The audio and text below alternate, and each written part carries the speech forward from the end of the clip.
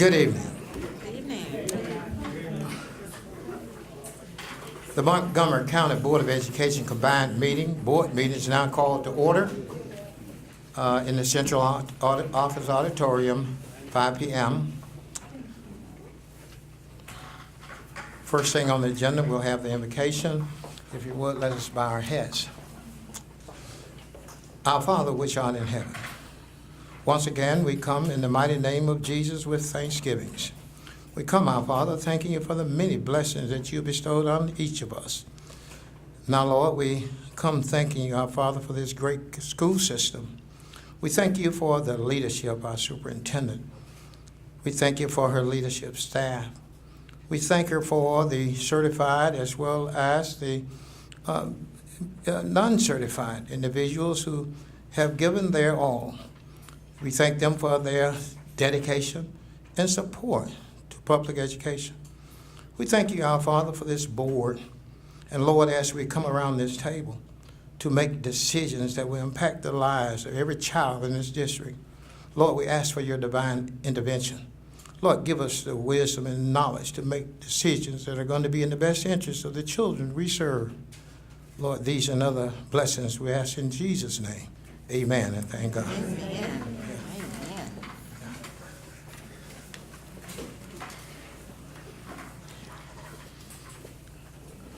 We have a quorum with 7 members in attendance. I need a motion at this time to approve the agenda. Mr. President, I move that we adopt the revised agenda as printed.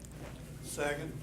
It has been moved and properly second that we adopt the revised agenda as printed. Is there any discussion? Seeing none, then those who are in favor, let's see by a show of hands.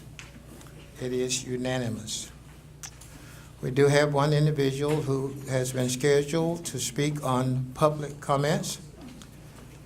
Miss Katie Brown, our children, are you here? But before you come, let me read this script for public comments. Ladies and gentlemen, our next agenda item is public comments. It is important that we follow the rules of order and protocol in making public comments. The rules and procedures are as follows. Requests must be made in advance in writing to the superintendent's office by 4 p.m. on the Tuesday preceding the meeting date. Requests must have specified the nature of the business to be taken up with the board and the name of the person who will address the board to be added to the agenda. Communications must be respectful.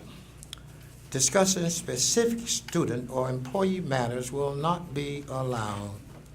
Individuals who have concerns that are inappropriate to be solved in this venue are welcome to seek a problem-solving meeting with the superintendent. Immediate feedback by the board may not be provided. However, you may be contacted to follow up by the superintendent or designee. Public comments may not exceed 5 minutes.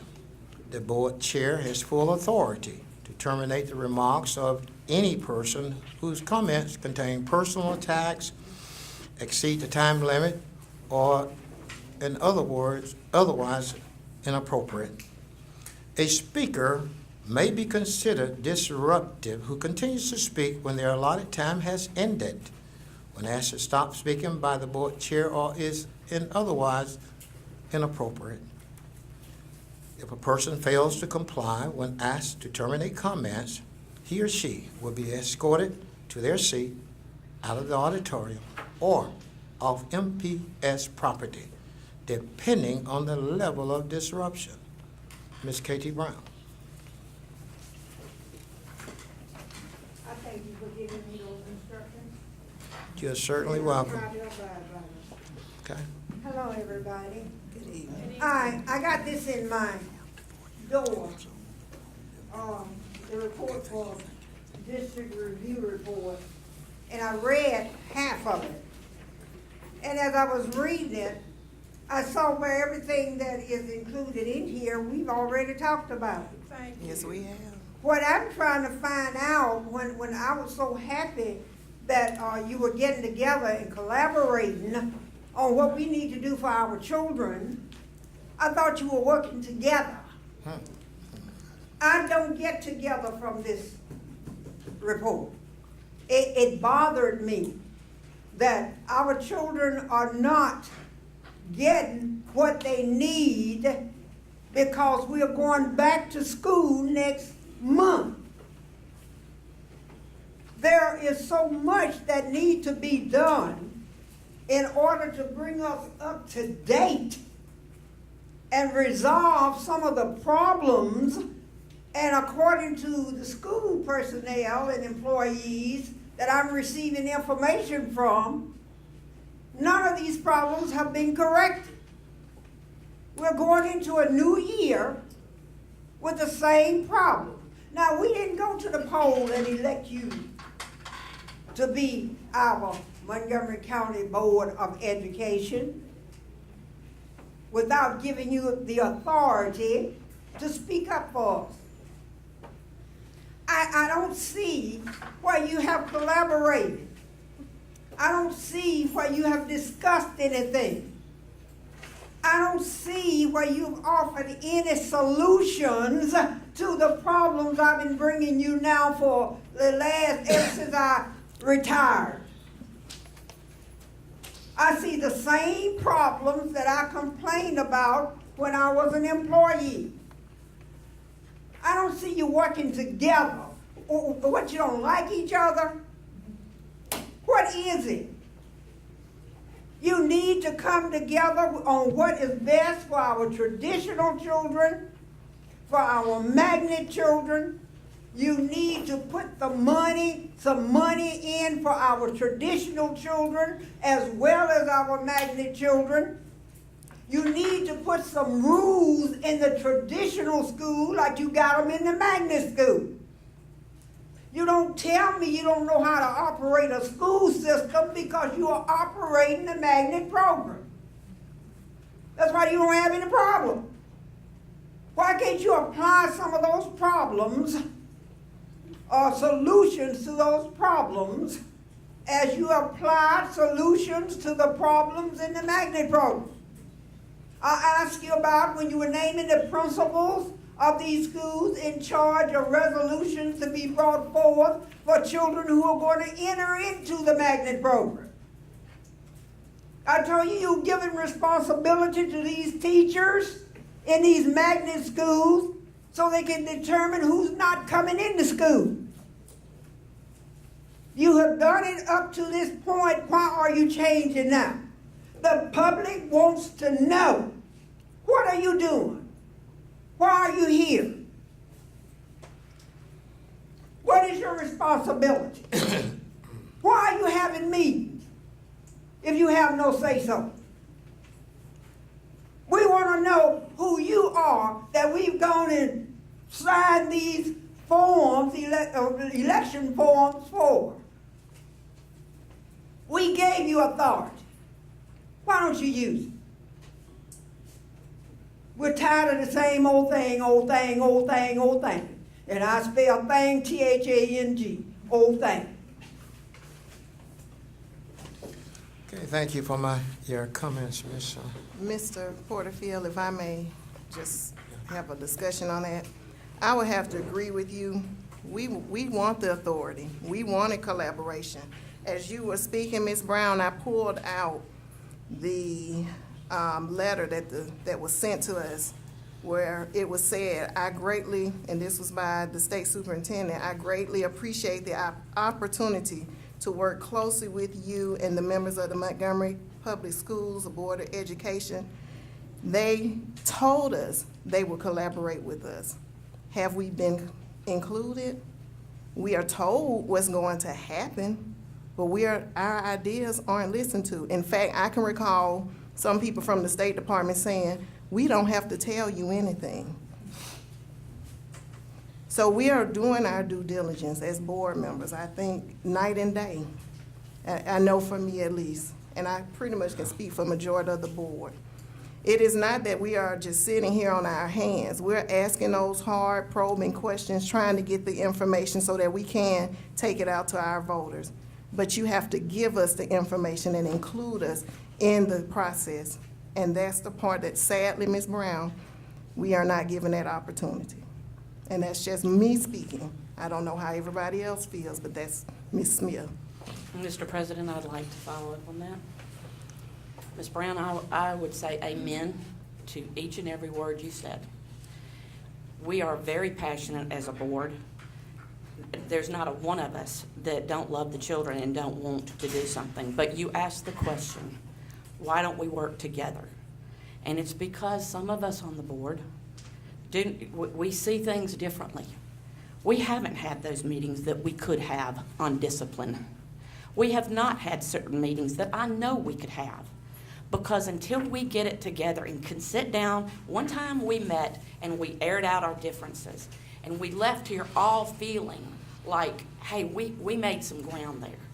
And unfortunately right now, I understand why people look at it as not collaborating. If they came to us with every little thing they wanted to do, there's people in the public, whatever, that cannot deal with change. We just learned about change. There's an acronym called FEAR.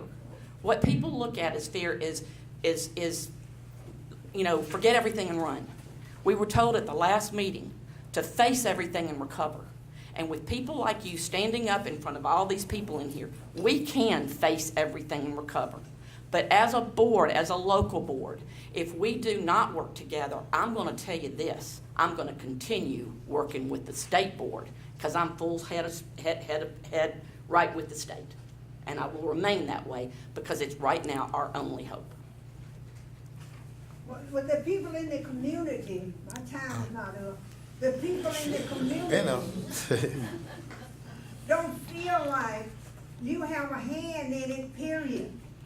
They feel I can assure you we do. They feel like they put you in the office and you are not representing them as they feel like you are supposed to represent people. We do thank you for the comments.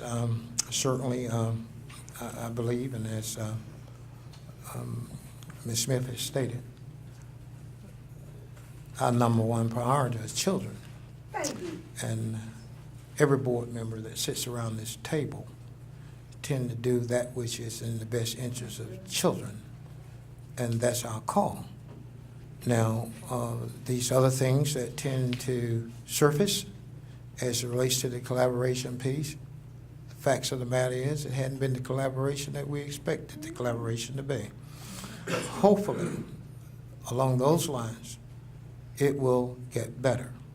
But we'll continue to move forward in terms of doing that which is in the best of the students and communities we serve here in Montgomery County. Now, the next item on the agenda, we will receive as information the FY17 budget amendment and May financial report. Ms. Brenda Palmer.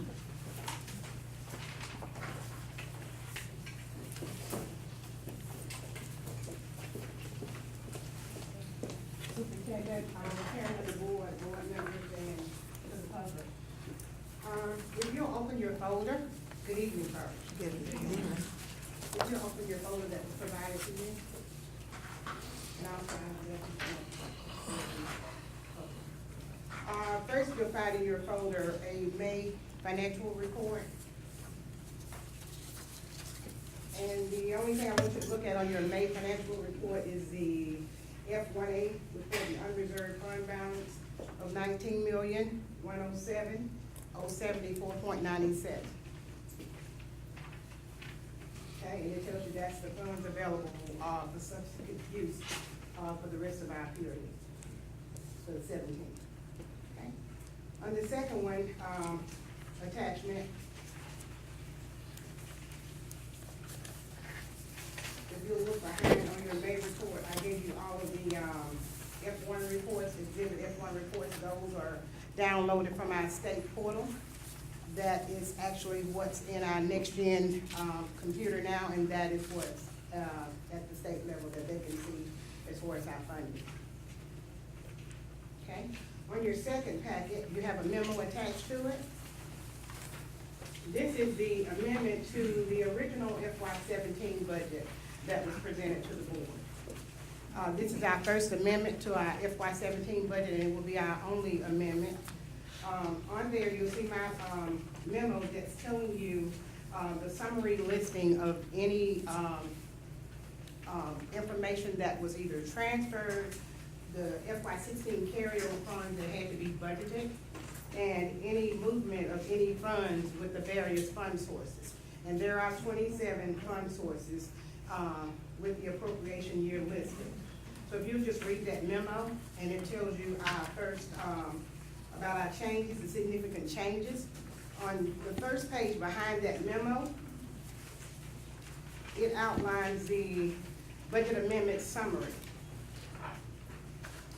The first bullet on the memo is telling you about the CMP pass-through funds. And this was authorized through the State Department of Education. We do have a waiver.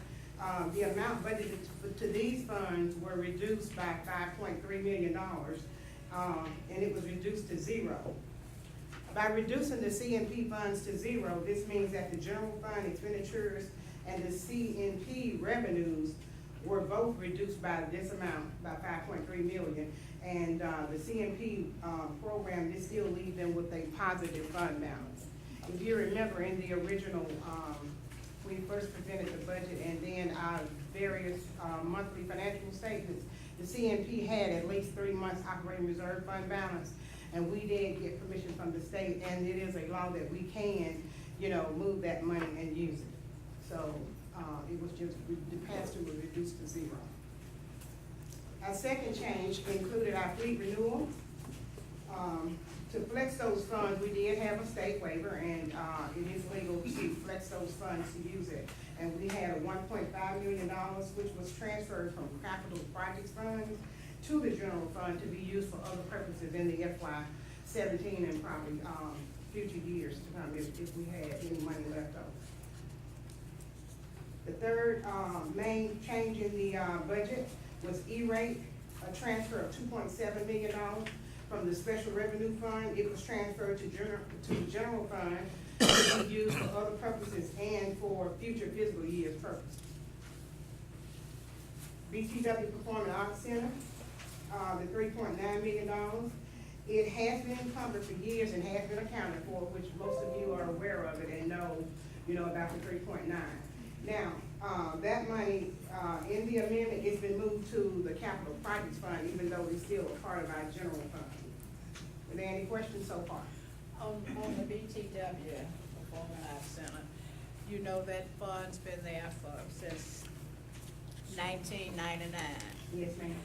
And I just have a problem with the fact that it's been there since 1999. We have not accrued any interest on that money. We knew we couldn't spend it. Somebody said, well, we didn't put it there because you had to keep it there for 5 years. Well, look at 1999 and 2017. I think that was 5 years. So, look like we are using excuses as to why we can't put it somewhere that we can accrue interest, because we know ahead of time when we're gonna do certain things, whether we're gonna be doing something with BTW or whatever. I just think that was a loss of funds that we could have had to do something else in our system. Because we could not spend the money itself, but we could have spent the money, the interest that was accrued from those funds. If I'm in error, then somebody needs to correct me. Well, I have Mr. Glover here with me, but as I had a discussion with Mr. Taylor and I, to find out the history behind the 3.9, because we knew you were here and knew about it. Yes, ma'am. With the 3.9, the first couple of years, from my understanding, when those funds were given to the district, that money was used for operating purposes. Then I think the second or third year that money was donated, they specified that it had to be used for the BTW performing. So it was put there and it was deposited into general fund with all the money. And so the interest that accrued was just interest on all of the money, not only the 3.9. So if I'm in error, if Mr. Glover, if Mr. Taylor will allow Mr. Glover, or I don't know if you to speak about it. Mr. Glover? Well, if I may, I don't know if I need to stand. I think what Ms.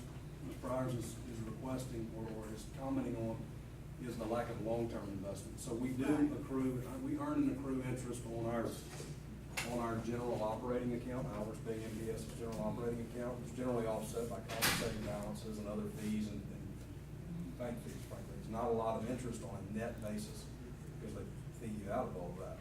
On a long-term basis, on a longer-term basis, had we invested that money, there would have been a greater return of interest. And so, yes, there was an opportunity lost in that regard, to your point. Yeah, that was my concern, and it has been my concern for a while. Okay.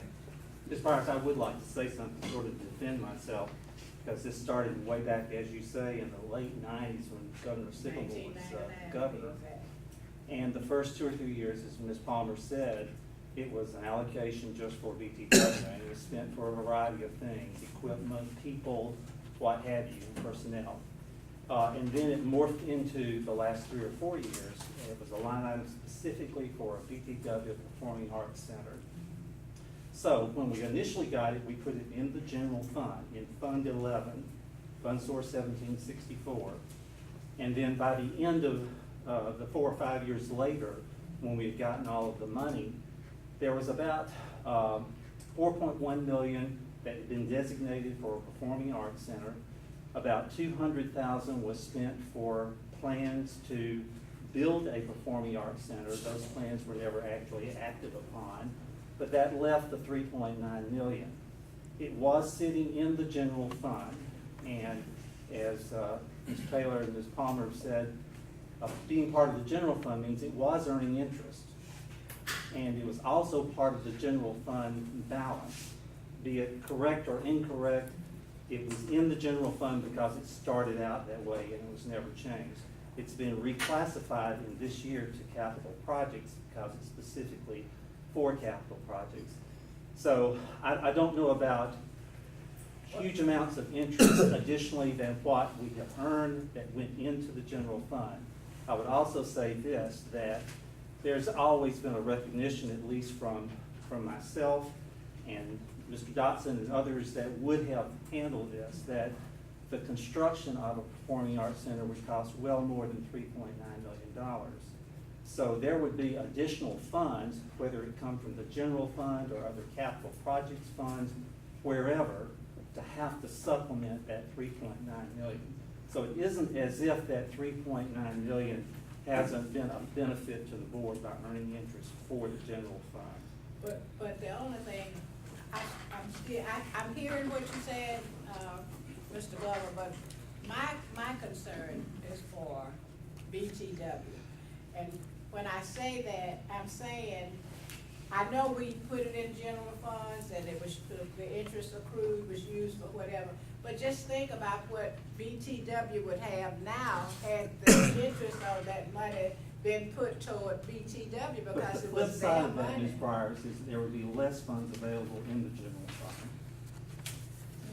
Well, that's our problem, Well, it's not BTW. well- But anyway, I'm finished with it. Even if you would say that there would be less funds in the general fund, then that means then the monies that are in the general fund is just superficial, because that means then some of that money is already earmarked, and it certainly can't be used for just anything or needs that we may come across.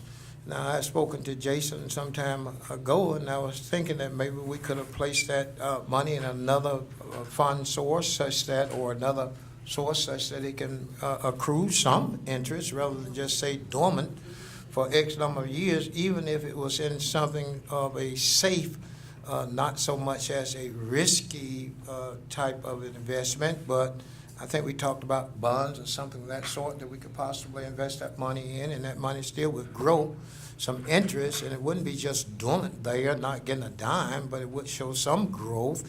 And certainly, if we're not going to move on building right now BTW, and it's critical that we do something with BTW, and I know that.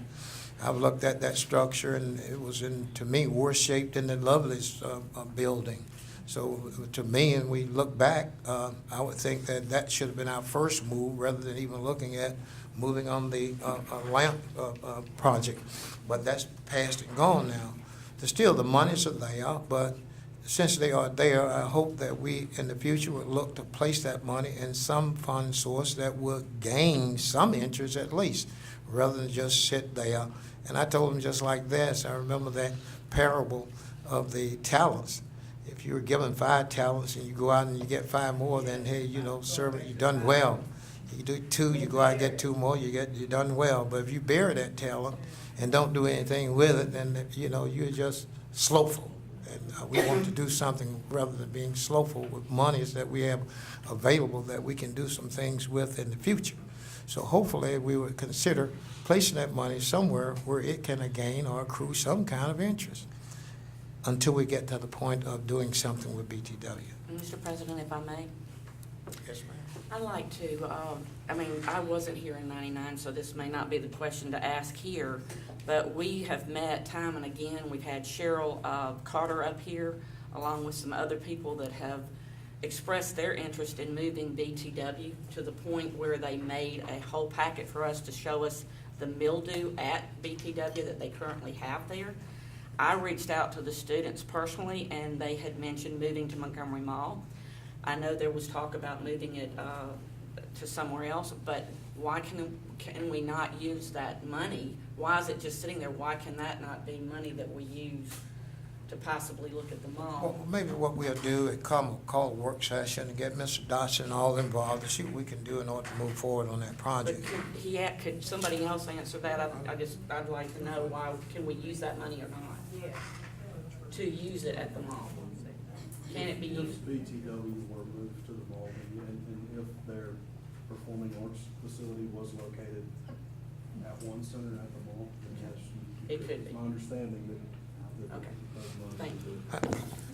One other question I have here on this May 2017 budget.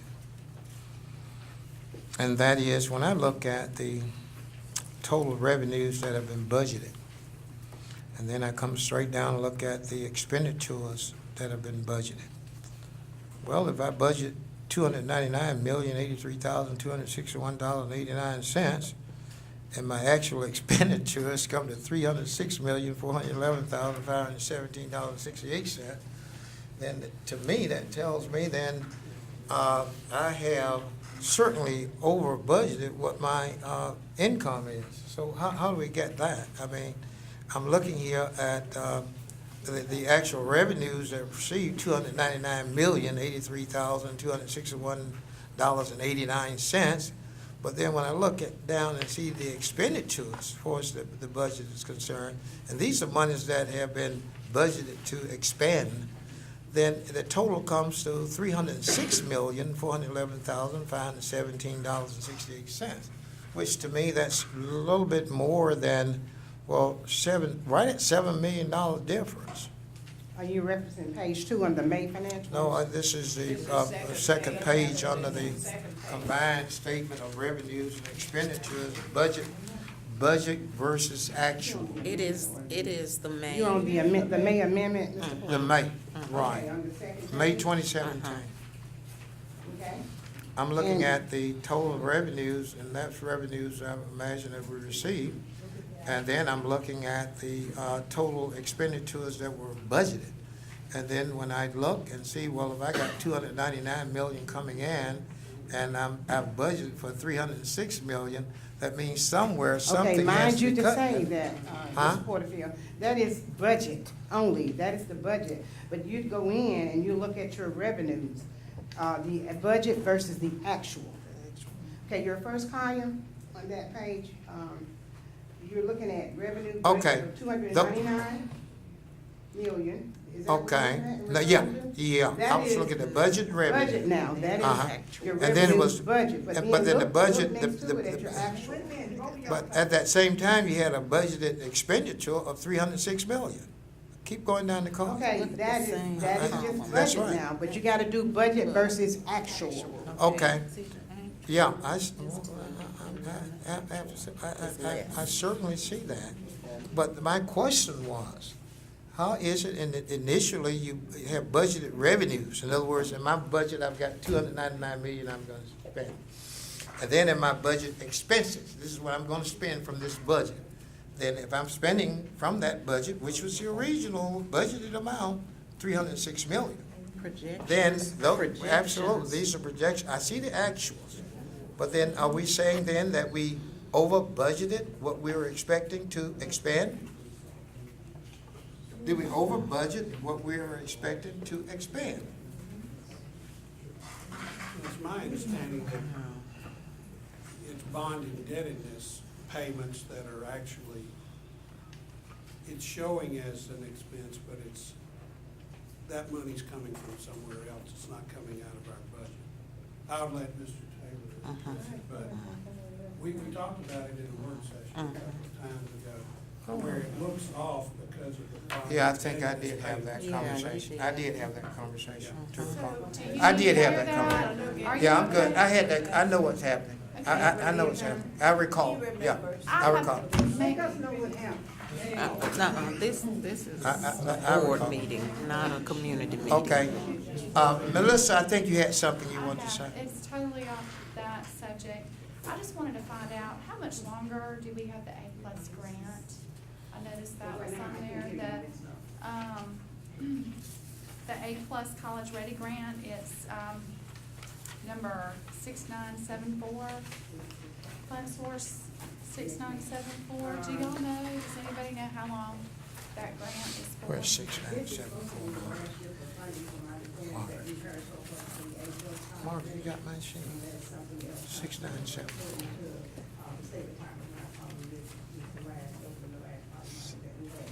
Where do you see that, Mark? There may be other opportunities, Melissa, to apply for grant money when some is available for us.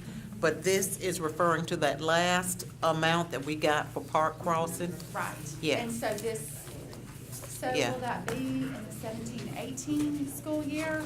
That Yeah, they'll still they have are, that Park Crossing will Right. continue to move forward with Okay, this. good, okay. Thank you.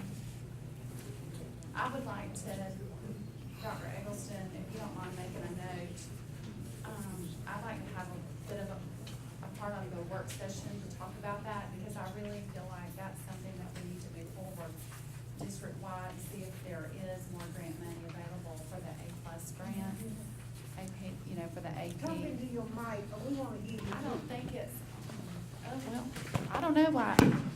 Is that better? That's better. Okay, sorry about that. Anyway, I feel like we're missing opportunities if we don't pursue that grant money. Okay. That's all I have. Is there anything else? Anyone? Are you finished? You have something else? I wanted to, apologize, I do have some typo errors, I'm sorry, in that first, paragraph up there was telling you about seeing the attached summary. Telling you that the adjustment posted included federal carryover funds, additional grant funding, and internal fund transfers with no net effect in related allocation. Not that, With no net effect, not. take the T off there. Right, I apologize for that. And the last bullet, for the, budget amendment was the additional general fund expenditures, the 2.8 billion, was budgeted, to address the district need in building services, operation and maintenance and transportation and other professional development, areas. And if you have any, questions, you can contact me or Mr. Taylor at 200-679. Any more questions? Mr. Fortfield, and Superintendent, I left a letter with Ms. Renee for you to sign once you approve this budget amendment, but once you approve it. Okay, thank you. Thank you. Thank you. Ms. Palmer, before you go, real quick, what are we looking like for our 1 month reserve? Yeah. 19. Look. At the end of this year, with this budget. Right here, at the end of that this third. year, this district should accomplish about 101%, of its required fund reserve. And that is not, that is removing that capital projects balance reserved for BTW, so. That's great. That's good news. That's accomplished. What about the Pike Road money, that 1.3 million? Do we have anything in 1.4 writing? million, 1.4 million? Okay. All right. Yeah, we want that. Yeah, we do. grant. So what, do we have something written from them, or? Email exchange, Mr. Glover's had some exchange, Brenda's had some exchange, and I've had some conversation with the state, and with Pike Road and through intermediaries. So we're working on that. It's Okay. off of our radar. It is budgeted, we approved for it. Right. That's not included, that receivable is not, tell me if I'm wrong, either of the two. That balance is not included in the unreserved fund balance, the general fund. That balance is actually received, posted as a receivable in the capital projects fund. So that is not ghost money against this unreserved fund balance. It is in fact posted as a due to MPS. Okay. from Pike Road. Have you included that in our budget here, that is a due to, or monies that we should be? That would have been accumulated, that would have been recognized as a revenue in your FY16 financials. So we've recognized, the MPS has recognized the revenue. We recognized our respective proportional share of PSF funding for the FY fiscal year, for the FY16. The money was due to us, it just never arrived. Right. So we have a receivable, we have an IOU posted on our books in the capital projects fund. And at the end of fiscal year 2016, September 30th, 2016, we posted a balance in our capital projects fund of a you owe me of 1.45, 1.49. Well, So as a balance sheet item, that item will roll forward. We don't post another revenue in the current year. It's just a balance sheet item. If you owe me on September 30th and you still owe me on today, it's on our books on the balance sheet side. This amendment only really looks at the revenue and expenditure side on the income statement equivalent side. So it is on our books. It is recognized and realized on our books in full. yeah, but, I understand it being recognized on the books, but when, the thing is, when are we gonna be able to receive it for use? And that's what we're working on. Okay. That's what we're working on. So hopefully it will be resolved before the end of this fiscal year. And I agree with that. Resolution, however, may not be cash exchange. Resolution may be a firm agreement to exchange cash over a term period of time. It'll be subject to your consideration and approval. But see, my whole take on this has been initially, if the bank makes a mistake and place some money in your account and increase the amount of your balance in your account, well, the bank doesn't come to ask you whether or not they can withdraw that money back and reconcile your account. They just get it back. They just get it back. So I would think our children in this district needs the money just as well as the ones in Pike Road. So whatever it is that they know they received and wasn't received and wasn't supposed to receive it, then they give it back. Or the state gets it back. And they don't have to ask them whether or not to give it back. They received it certainly in error. So let's just make the error right. And the error to be made right is to reconcile by deducting that 1.4 from whatever funds they are to receive from the state this upcoming year. It's simple. We're working toward that end. And to be frank with you, those monies would not have necessarily been eligible for expenditures prior to this fiscal year because of our fund balance position. So if we did have that cash, whether that balance, whether that asset was a receivable or whether that asset was cash, it would very likely need to be encumbered and escrowed into our fund reserve because we were not yet compliant with state law relevant to our fiscal accountability. And now, Well, a lot of, they aren't either. Is deployable to- My understanding, they aren't accountable with respect to what their month's reserve should be, and they only have one school. That's- And with 27 meals, and we have just 10, and 57 schools. And I 57. think, Jason, Mr. Senate's made that clear on the 28th of June that we would get it back. Yeah, but we're talking about December, we want it earlier than December. Well, I think I the think good they said news September. in all Oh, of this that's not what I heard. conversation It was is December, that it was we're one. going to have our full 1 month's reserve by the end, actually a little bit more, so I think that's really good news, so thank you, thank you. All right, then, thank you, Mr. Taylor and Ms. Palmer. All right. Next item on our agenda is consider for approval the consent agenda. Mr. President, I move that we approve the consent agenda. A second. It has been moved and probably second that we approve the consent agenda. Is there any discussion? Seeing and hearing none, those who are in favor, let's see by a show of hands. It is unanimous. Next item on the agenda, consider for approval the personnel report, certified addendum, correction of salary item 147, certified addendum 2, Support personnel, addendum 1. Okay, you've identified them all. Well, yeah. Thank you. I recommend the approval of the personnel report as written, the certified addendum 1. In the certified addendum 1, a correction of salary item on number 147 exists. The certified addendum 2, support personnel addendum 1. I recommend the approval of these reports. Mr. President, I move that we approve all of those items listed on 8A. That's a good way to say it. Second.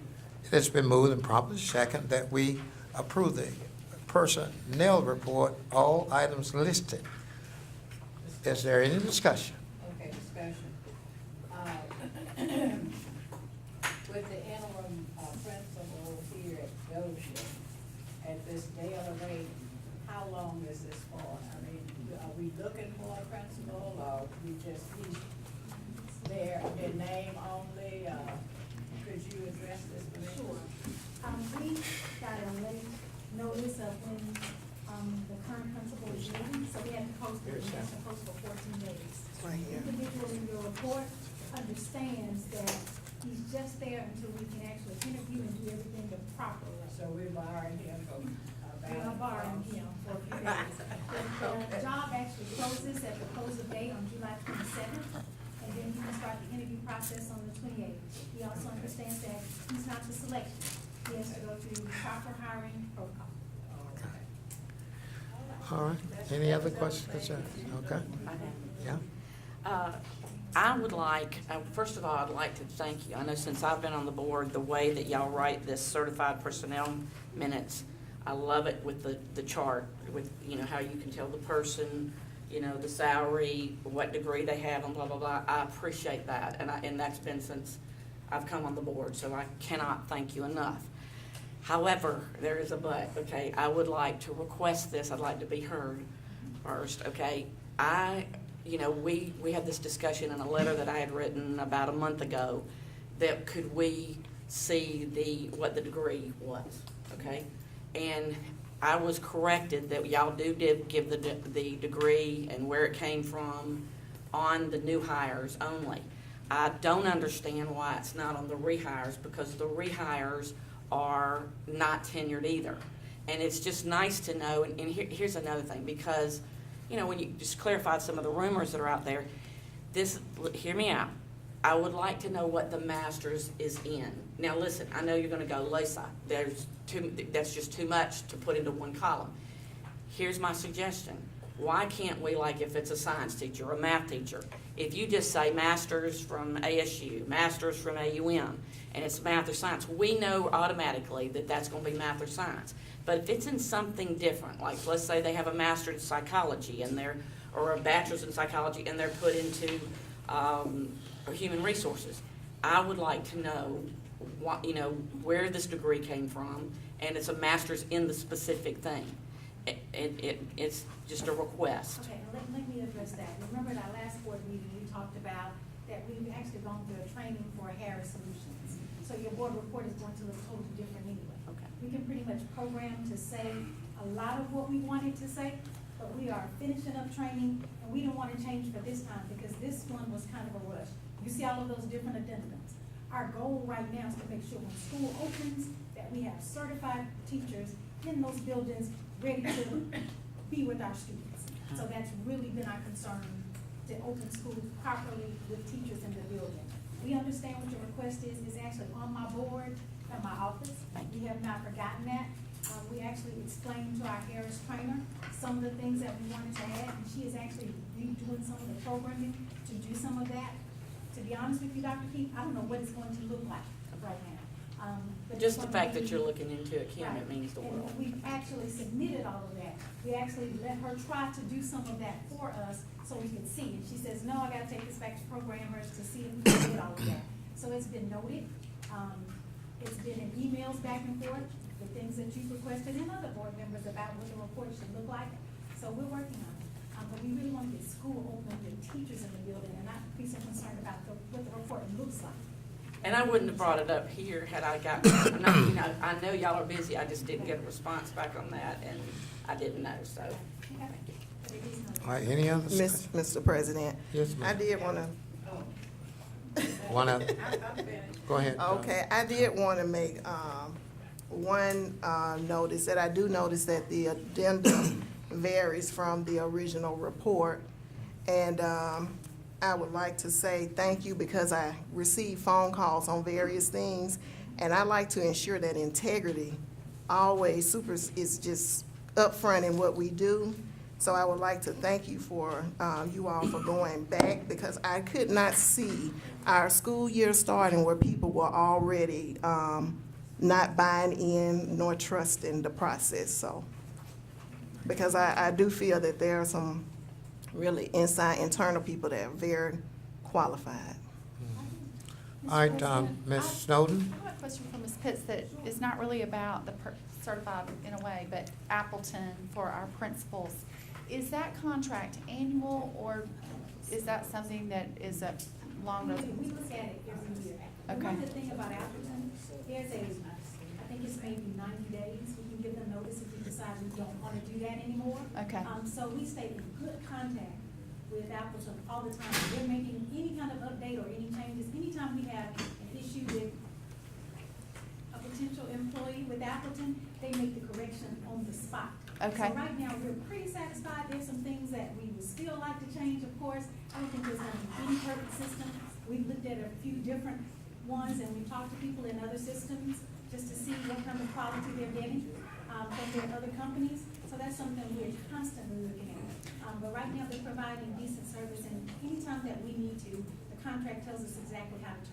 Okay, my question for you is, I was told, you know, church, you get all kinds of stuff, but I was told Sunday that they are not hiring substitute teachers at this time, and I found that odd, that we would not be increasing our pool. Let me explain about Appleton. Appleton is constantly updating their employee bank. They're constantly.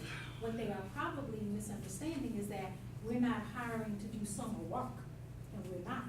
But they're constantly recruiting, constantly trying to fill places that, matter of fact, we've actually gotten some of the teachers who will be certified teachers in our district from Appleton.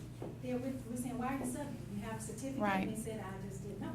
So, you know, we're pulling from them, especially places like math, science. We're looking at those people. We're even using their bank with people with degrees in engineering that are actually subbing to get them certified to be math teachers. So they are recruiting. And Okay. that list is ever changing. So I will follow up with you on that, but thank you, I'm ready Thank for you. the question. Okay, that's all. I'd also like to say to Dr. Eggleston, you know, this, just to know if, you know, it's sort of like what Ms. Brown brought up. She brought up the district audit. And if we could look, you know, when we're looking at personnel later, if the board at a work session or whatever could put it on the agenda to talk about what we could do about discipline and absences, teacher absences, something has to be done, especially when you're paying Appleton. And I brought this up just because we're paying Appleton $97.30 a day per teacher. When you do that and you look at that report, and we have 900 teachers that have missed over 10 days, you do the math, that's $875,000 that we are spending just in substitutes because teachers can't make it to work. So I hope that we can put it on a policy, something, because that EAP program, the Employee Assistance Program, people are milking it. When I got on the board, we had teachers that came in here that had been on here since 2009. I've been on this board since 2012, and how they stayed from 2009 to 2012 when we finally let them go, that's sinful. And I hope that we can do something about it. I'm ready for the question. Let's continue. Go ahead, Yeah, call my for the question. question.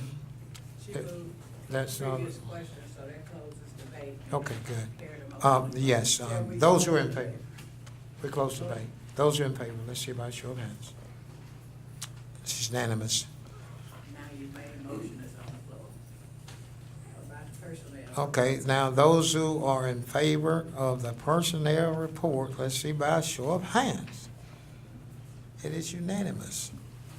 Okay, I recommend the approval of the McKinney-Vento policy.